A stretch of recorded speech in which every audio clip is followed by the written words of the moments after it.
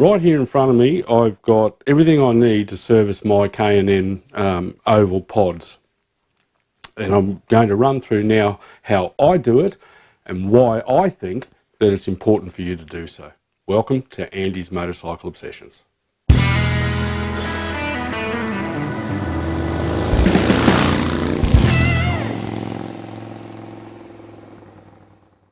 G'day everybody and welcome back. If you watched my latest channel update, you would have seen that I dropped basket case and petrol came back out of the fuel bowl and rinsed backwards through my filters. They're just about due anyway for a service, so I thought, you know, it's an opportune time to do just that. It is important to service these types of filters. My brand of choice is K&N, but there's plenty of others out there. And it's important that you not only clean them regularly, but you oil them. And there's a reason for that. The reason is that these filters let a lot of airflow through. And they rely on the oil on the cotton fibres to trap the fine particles of dirt.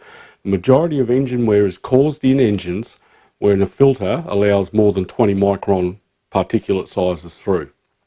And if you don't oil them, that's exactly what's going to happen, and you will prematurely wear your engine out. If you listen to some people, they are giving advice that you don't need to oil them. It's a filter that will last forever. Just keep washing it. All you do is warm soapy water, wash them off, and you don't even have to re-oil them. There is a K&N cleaning solvent you can buy and then an oil you spray on them, but to be honest, I've never bothered with it. I just use a very mild dish soap that you wash all the dirt out, leave it to dry, air dry, and then slide it back in once it's bone dry. Never had a problem in many, many years. If you live in an extremely dusty environment, I always have the view that if you oil a filter, you'll attract more dirt to stick and build up like a thickness and then reduce your air intake.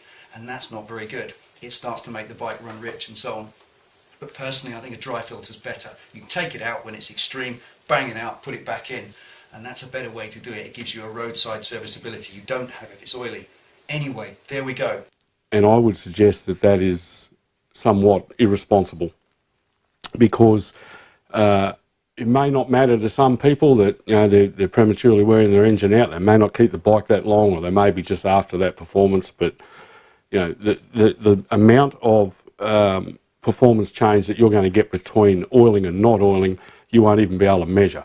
So my advice is that, if in doubt, stick to the manufacturer's recommendations, and the manufacturer recommends that you oil these. So let's get on with doing just that. All right, I have the kit here. I have a recharge kit here that I use, and I also have a can of the spray-on oil. Now, when K&N manufacture these filters, they come preloaded with a measured amount of oil, and you know, they ask that you do the same, put the same amount of oil in. Now, the kits come with a cleaning agent. It's a solvent that is meant to, you know, clean the residual oil and any dirt off of the cotton fibres and not damage the cotton fibres. The other thing you want to be careful of is not getting in there with a brush or anything, because you don't want to upset those. They've got an aluminium gauze over the top that helps protect them, but you can tear the fibres and then you're going to be in a world of hurt. The kit also comes with an air filter oil application bottle. So you've got those two items in this particular kit, and I've also purchased separately some time ago the aerosol can. I prefer this. If you're applying the oil to these things on a vehicle that's similar to basket case that is running carburetors, it's not going to be a big issue if you happen to over oil them a little bit. Better to have too much on there actually than not enough. But if you have a fuel injected bike or a fuel injected car and it has a MAF sensor, a mass airflow sensor, you run the risk of pulling any residual oil off the filter if you over oil it. If you apply it as recommended, you won't have any problems. But if you soak the damn thing in oil inside and out, don't, you know, and then you start to have problems with oil depositing on your mass airflow sensor, don't blame K&N. Yep, so if you want more information on how these actually work, these filters, how they function, have a look at, up in the corner, there'll be a card pop out that will lead you to a video that I did on K&N filters and why I think that they're great. So let's get on with cleaning. Alrighty, so I've taken over the wife's laundry.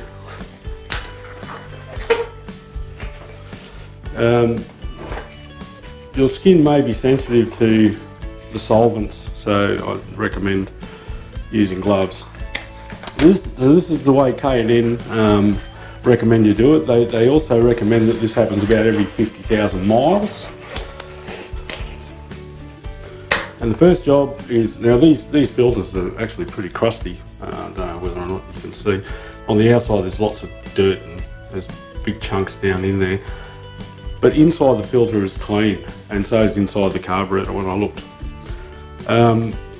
What you need to do, and it'll be the same for all four, so I won't bore you with doing it 4 times, but essentially you need to liberally soak the outside of the filter and the inside of the filter with the K&N filter cleaning detergent. Let it wick into that cotton, and just let that soak for about 10 minutes.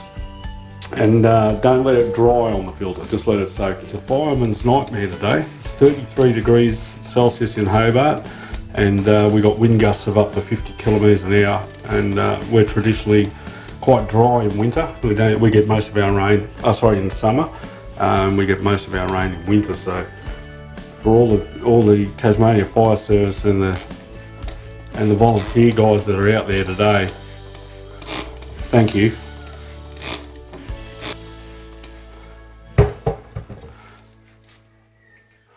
Oh yeah, I'm going to let those soak for about 10 minutes, and then we'll come back and rinse them out.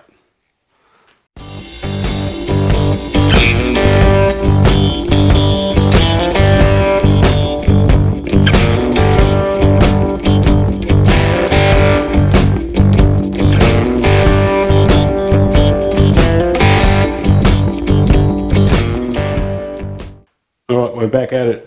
So they've been sitting here for about 10 minutes. So you just want to run cool, fresh water and rinse from the inside out. Because, obviously, you're washing the stuff away from the centre of the filter, not into the filter. You don't want to use high pressure. Do a really good solid rinse. And then I always just give the outside a bit of a clean as well.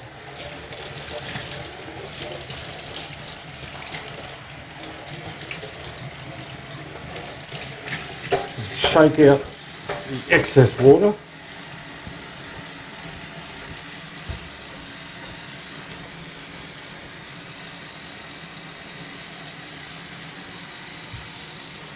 And put it aside to dry. Repeat for all.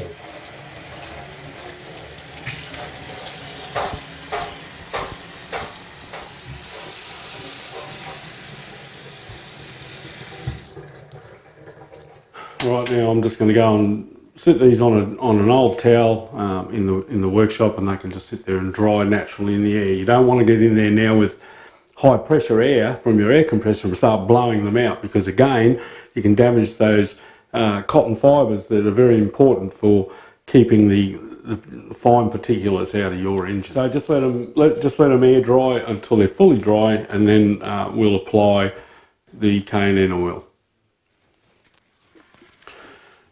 Well, they've had plenty of time to dry now, so I'm going to put the oil on it. They're all grey, and but they're clean. I can see that there's no any more large chunks or anything left in there, and we know that solvent has done its job on the cotton as well, and they're grey inside, whereas before I started washing they still had a pinkish hue to them. Now, the 2 methods I mentioned earlier, there's the aerosol spray can, which is really good for big panel filters and things, like what I've got in my Ducati.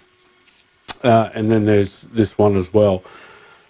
Personally, because it's a carbureted bike, I'm not worried about over-oiling. I prefer to actually use the aerosol, but I'll show you the method for both. this has got a little profiled nib on it. So what you do is place it on the outside of the filter. See if I can do this so you can see it. You can see it dribbling out there, and you just run it along the, just like so. Now you just let that wick into the cotton, and you do that all the way around the filter. That's one way of doing it, and the other way is to use the aerosol. So you just hold it far enough away from the filter and just give it a good liberal spray. Again, only on the outside. Becomes very slippery. Don't be frightened. Put plenty on. And then you just let it soak. So I'll just let that soak now for a while. I'll flip it over. You don't need to put it on the inside. It should just wick through. Now, and that's it, job done. So all I have to do now is just let that soak for a couple of hours. It'll wick into the cotton fibres, and you'll see the inside of the filter will change colour. Then all you need to do is come back and just have a look and make sure that you haven't missed any spots, and if you have, you just need to touch them up.